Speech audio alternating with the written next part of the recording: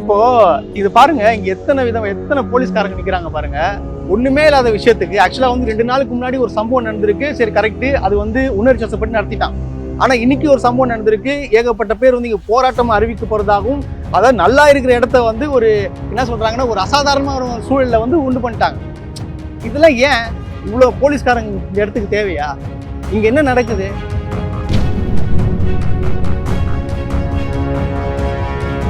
விக்னேஷ் என்ற நபர் பாத்தீங்கன்னா அவர் வந்து குடிப்பழக்கத்துல வந்து பாதிக்கப்பட்டு டோட்டல் 2 கிட்னி வந்து ஃபெயிலியர் ஆகி கிரிட்டிக்கல் கண்டிஷன்ல வந்து சேர்றாங்க. அவங்க அப்பா அம்மாவே கையெழுத்து போட்டாங்க. ஸோ வந்து இந்த மாதிரி அவங்களே ஒத்துக்குன்னு கையெழுத்து போட்டாச்சு. அதுக்கப்புறம் ட்ரீட்மெண்ட் பாக்குறாங்க, பார்க்க முடியாம இறந்துடுறாரு.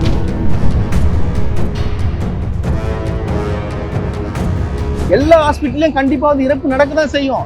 இது அலட்சியம்ன்றது பொய், இது பொய்யான தகவல். என்ன பண்றாங்கன்னா இதுக்கு முன்னாடி இந்த சம்பவத்தையும் இதையும் கனெக்ட் பண்ணி இந்த ஹாஸ்பிட்டல்ல இப்படிதான் சொல்லிட்டு ஒரு தவறான ஒரு பிம்பத்தை வந்து கிரியேட் பண்றாங்க.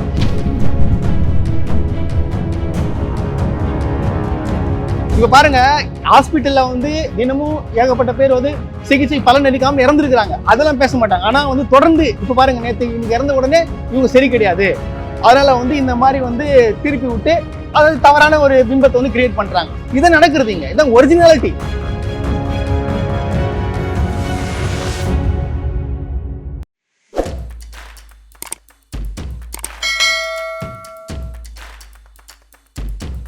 ரோஸ்ட் பிரஸ் நேயர்களுக்கு அன்பு வணக்கம்.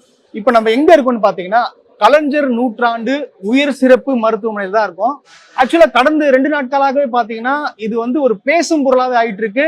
அனைத்து மீடியாக்களும் வந்து இங்க சூழ்ந்துட்டு இருக்காங்க. எதுக்காக சூழ்றாங்க, இங்க என்னென்னலாம் நடக்குதுன்றத நம்ம டீட்டெயிலா பார்க்கலாம். 2 நாளுக்கு முன்னாடி பாத்தீங்கன்னா விக்னேஷ்ன்ற ஒரு நபர் பாத்தீங்கன்னா டாக்டரை வந்து கத்தியால வந்து குத்தி ஒரு வந்து பிரச்சனை ஏற்பட்டுச்சு. அந்த பிரச்சனையும் பத்தி நம்ம டீட்டெயிலா வந்து விசாரிச்சோம். அங்க என்ன சொல்றாங்கன்னா, அதாவது அந்த நபர் வந்து கிட்டத்தட்ட ஒரு 3 நாட்களாக வந்து அவங்க அம்மா கூட தான் இருக்காரு. அவங்க அம்மாவுக்கு வந்து அந்த பழம் வெட்டி கொடுக்குற கத்தியால வந்து டாக்டரை வந்து குத்துந்தாவும் சொல்றாங்க. அது அவங்களுக்கு ஏற்பட்ட ஒரு வாக்குவாதமோ இல்ல வந்து ஆக்சுவலா பாத்தீங்கன்னா அம்மா கூட இருக்கனால கொஞ்சம் பாசத்துல வந்து பையன் வந்து உணர்ச்சி வசப்பட்டு பண்ணக்கூடிய விஷயம்.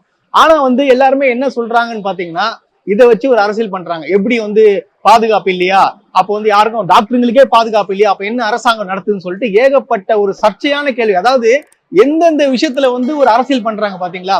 நேத்து பாத்தீங்கன்னா இதுக்காக வந்து போராட்டம் வேற பண்ணிருக்காங்க. யாரு, நம்ம தேமுதிக பிரேமலதா விஜயகாந்த் தலைவர் வந்து அவங்க வந்து போராட்டம் பண்ணிருக்காங்க. இது எப்படி எனக்கு போராட்டம் பண்ணாங்கன்னு சொல்லிட்டு எனக்கு புரியல. இது வந்து ஒரு நார்மலா நடக்கக்கூடிய விஷயம். நார்மல் மீன்ஸ் அதாவது பையன் வந்து ரொம்ப உணர்ச்சி வசப்பட்டான், தாய் மேல பாசம் அதிகமா இருந்ததுனால அவர் கத்தி எடுத்து குத்திட்டு இருக்கான் ஒரு உணர்ச்சி வசப்பட்டு. ஆனா குத்துந்து மிகப்பெரிய தப்பு, அதுக்கான தண்டனைகள் உடனடியாக அவருக்கு வழங்கப்பட்டுச்சு. ஆனா வந்து என்ன சொல்லிட்டாங்க, மருத்துவமனையில வந்து பாதுகாப்பே இல்ல, என்ன நடக்குது அப்படின்னு சொல்லிட்டு ஒரு அரசியல் இது பண்றதுக்காக வந்து கேவலமான ஒரு அரசியல் பண்றாங்க. டாக்டர் வந்து போராட்டம் அறிவிச்சிருந்தாங்க. அதுக்கப்புறம் பார்த்தோன்னா அமைச்சர்கள், முதலமைச்சர், துணை முதலமைச்சர் அவர்கள்லாம் வந்து பேசுனதுக்கு அப்புறம் வந்து வாபஸ் வாங்கிட்டு வந்துட்டாங்க. ஆனா வந்து இதை விடாப்படியா, அதாவது இந்த அரசாங்கத்து மேல வந்து குறை சொல்லணும் அப்படின்ற ஒரே காரணத்துக்காக, கண்ணோட்டத்துக்காக என்ன பண்றாங்கன்னா இப்படி ஒரு சீப் பாலிடிக்ஸ் பண்றாங்க. இது போராட்டம் பண்ண வேண்டிய விஷயமாங்க அது. இவங்க சொல்றதை பார்த்தா பாதுகாப்புனா அப்ப எல்லாம் வர்றவங்க பின்னாடி எல்லாமே போலீஸ் பாதுகாப்பு போட்டு அனுப்ப முடியுமா? இல்ல எல்லா டாக்டர்கிட்ட ஒரு பந்தோபஸ்துக்கு போலீஸ் போட்டு அனுப்ப முடியுமாங்க? இது என்னங்க, இது ஒரு உணர்ச்சி வசப்பட்டு தப்பு பண்ணிட்டான், அவருக்கு வந்து தண்டனை வந்து கொடுத்துச்சு. அதாவது இந்த அரசாங்கம் பாத்தீங்கன்னா உடனடியாக நடவடிக்கை எடுத்துட்டானே சொல்லாங்க. அரை மணி நேரத்துல வந்து அவரை கைது பண்ணி அவர் விசாரணை நடத்தி என்னென்ன பிரச்சனை ஆயிடுச்சுன்னு ஏகப்பட்ட பேர் விசாரணை பண்ணிட்டாங்க. முதலமைச்சர் முதல் கொண்டு பேசியிருக்காங்க, துணை முதலமைச்சர் நேரடியாவே வந்து களத்தை வந்து சந்திச்சிருக்காங்க. சோ இது ஒரு பிரச்சனை போகுது. இன்னைக்கு பாத்தீங்கன்னா இன்னைக்கு காலையில விக்னேஷ் என்ற ஒரு நபர் குடிப்பழக்கத்துல வந்து பாதிக்கப்பட்டு டோட்டல் 2 கிட்னி வந்து ஃபெயிலியர் ஆகி கிரிட்டிக்கல் கண்டிஷன்ல வந்து சேர்றாங்க. அவங்க அப்பா அம்மாவே கையெழுத்து போட்டாங்க. சோ வந்து இந்த மாதிரி அவங்களே ஒத்துக்குன்னு கையெழுத்து போட்டாச்சு. அதுக்கப்புறம் ட்ரீட்மெண்ட் பாக்குறாங்க, பார்க்க முடியாம இறந்துடுறாரு.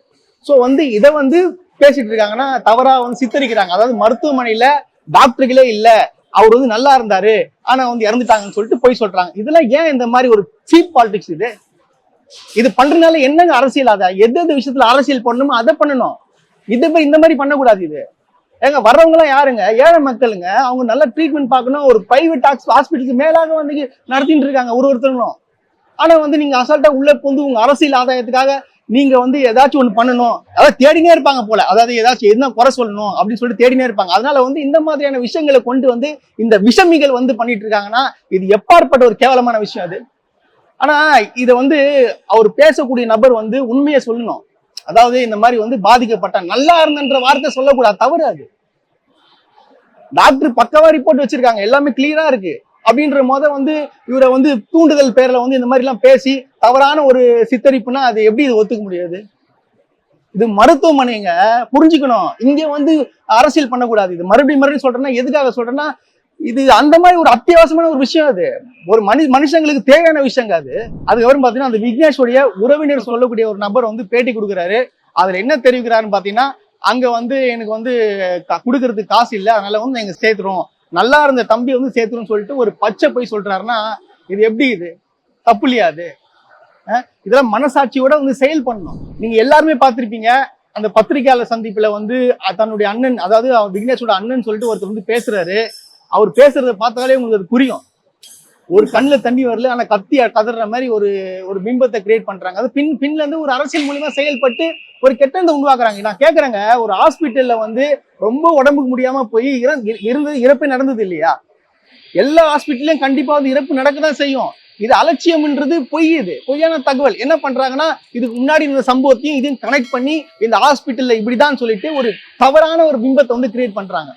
சோ அதுக்காக தான் நம்ம நேர்ல வந்து என்ன நடக்குன்னு சொல்லிட்டு பார்க்கலான்னு வந்து நம்ம முன்னாடி நான் தெளிவுபடுத்துறேன். இந்த ஹாஸ்பிட்டல்ல, இந்த மருத்துவமனையில சிறப்பா செயல்படுது. எல்லா டாக்டரும் இருக்காங்க, எல்லாரும் வந்து நீங்க பார்க்கலாம். அதாவது எந்த விதமான இந்த மாதிரி வதந்திகள்லாம் தயவு செய்து நம்பாதீங்க, தயவு செய்து நம்பாதீங்க. நான் மீண்டும் சொல்றேன்னா, இதெல்லாம் அவங்களுக்கு புரியலங்க. இது பாருங்க எப்படி இதுக்கப்புறம் பாருங்க ஏகப்பட்ட பேர் வருவாங்க. இது வச்சு ஒரு அரசியல் பண்றதுக்காக, இந்த மருத்துவமனை சரியில்லை, இந்த அரசாங்கம் என்ன பண்ணுது, இதெல்லாம் வந்து கேட்கறதுக்கு ஆள் இல்லையா அப்படின்னு சொல்லிட்டு கேட்டு, ஏன்னா நல்லா போயிருக்கிற விஷயத்த வந்து கெடுக்கணும்னா இப்படிதான் பண்ணணும். அதுக்காக தான் இந்த மாதிரி எல்லாம் பண்ணிட்டு இருக்காங்க.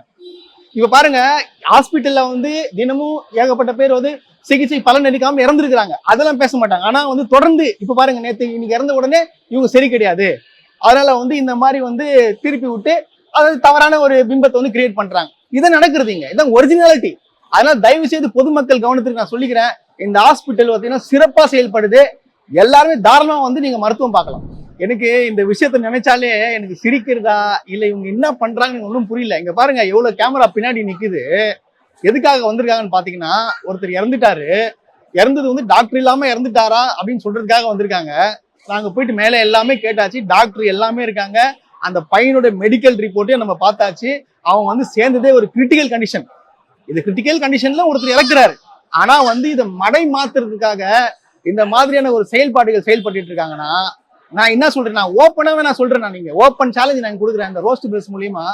நான் இங்க நிக்கிறேன், இங்க பாருங்க என்ன நடக்குது சொல்றீங்களே பாருங்க. இந்த மருத்துவமனையில வந்து சிறப்பா செயல்படுது. இதை மடை மாற்றத்திற்காக வந்து இந்த மாதிரி தேவையில்லாத ஒரு விஷயத்தை கிரியேட் பண்ணி ஒரு மட்டமான ஒரு சீப் பாலிடிக்ஸ் வந்துட்டு இருக்கு இந்த இடத்துல. இதெல்லாம் வந்து அரசாங்கம் கண்டிப்பா வந்து பார்க்கணும். இது பொதுமக்கள் நீங்க பார்த்து தெரிஞ்சுக்கோங்க, இது எந்த மாதிரியான ஒரு மடை மாற்றத்தை நடந்துட்டு இருக்கு நீங்க பார்க்கணும். அதுக்காக தான் நேரடியா வந்து நம்ம வீடியோ போட்டு காட்டிட்டு இருக்கேன். இதே மாதிரி பாத்தீங்கன்னா கிளம்பாக்கம் பஸ் ஸ்டாண்ட்ல ஏகப்பட்ட சர்ச்சையை கிரியேட் பண்ணி விட்டாங்க. இங்க பஸ்ஸே வராது, இங்க எதுவுமே சரியில்லை, எப்படிங்க போக முடியும்னு சொல்லிட்டு அங்க உள்ள போது சில அரசியல் வேலைகள்லாம் பார்த்து விட்டு தப்பான ஒரு பிம்பத்தை வந்து கிரியேட் பண்ணாங்க. அதை உடைச்சதும் ரோஸ்ட் பிரதர்ஸ் தான். இங்கேயும் வந்து இந்த மாதிரி எப்படி நடந்துட்டு இருக்கு, எந்த மாதிரியான ஒரு விஷயத்த வந்து மீடியா வந்து பார்த்துட்டு இருக்காங்கன்றத நீங்கள் பார்க்கணும். ஏன்னா இது உடைக்கிறது தான் நாங்க வந்திருக்கோம். ஏன்னா இதெல்லாம் வந்து தவறான விஷயம், மக்கள்கிட்ட போய் தவறான இம்பாக்ட் ஆயிடுவாங்க. வரக்கூடிய இப்போ எமர்ஜென்சிக்கு வரவங்க கூட வரமாட்டான், வேற ஹாஸ்பிட்டல் தான் போவான், என்ன பண்ணுவான், அது அவங்களுக்கு புரியாது. இந்த மாதிரி தான் பண்ணக்கூடாதுன்னு நான் சொல்றேன். நான் வேற எந்தெந்த விஷயத்துல வேணா நீங்க அரசியல் பண்ணுங்க, இந்த விஷயத்துல அரசியல் பண்றது மிக தப்பு. நாங்க மேலே போய் பார்த்தோம், எல்லாமே பார்த்துட்டு ஆராய்ச்சி தான் பேசுறோம். டாக்டர் இல்லாம எப்படி இத்தனை பேர் வருவாங்க? நான் கேட்கறேன், டாக்டர் இல்லாம எப்படி இத்தனை பேர் வருவாங்க நான் கேட்கறேன், ஓப்பனா கேட்கறேன், நீங்க தான் கேட்கறேன். இது என்னங்க, இது மனசாட்சி வேணா? இதுனா இத்தனை பேர் வந்து பேசுறாங்கன்னா எப்படி? இதெல்லாம் ஏற்றுக்கொள்ள முடியாதது. கண்டிப்பா வந்து இதை வந்து மக்கள் புரிஞ்சுப்பாங்க. நீங்க என்னதான் வந்து ஆளை அமிச்சு ஆளை செட் பண்ணி என்னென்னலாம் உள்ள பூந்து டிராமா பண்ணாலும் இங்க வேலைக்கு ஆகாது. நான் பொதுமக்களுக்கு மறுபடியும் சொல்லிக்கிறேன், தயவு செய்து நீங்க வந்து மருத்துவம் பார்க்கலாம். இங்க எந்த விதமான பிரச்சனையும் இல்லை, எல்லா டாக்டர்ஸும் அவைலபிளா இருக்காங்க. இப்போ இது பாருங்க, இங்க எத்தனை போலீஸ்காரங்க நிக்கிறாங்க பாருங்க.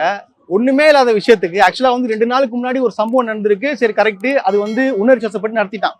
ஆனா இன்னைக்கு ஒரு சம்பவம் நடந்திருக்கு. ஏகப்பட்ட பேர் வந்து இங்க போராட்டம் அறிவிக்க போறதாகவும், அதாவது நல்லா இருக்கிற இடத்த வந்து ஒரு என்ன சொல்றாங்கன்னா ஒரு அசாதாரணமான ஒரு சூழல்ல வந்து உண்டு பண்ணிட்டாங்க. இதெல்லாம் ஏன் இவ்வளவு போலீஸ்காரங்க இந்த இடத்துக்கு தேவையா? இங்க என்ன நடக்குது? இதெல்லாம் கொஞ்சமாச்சு யோசிக்கணும். இதெல்லாம் வந்து சீப் பாலிடிக்ஸ். இதெல்லாம்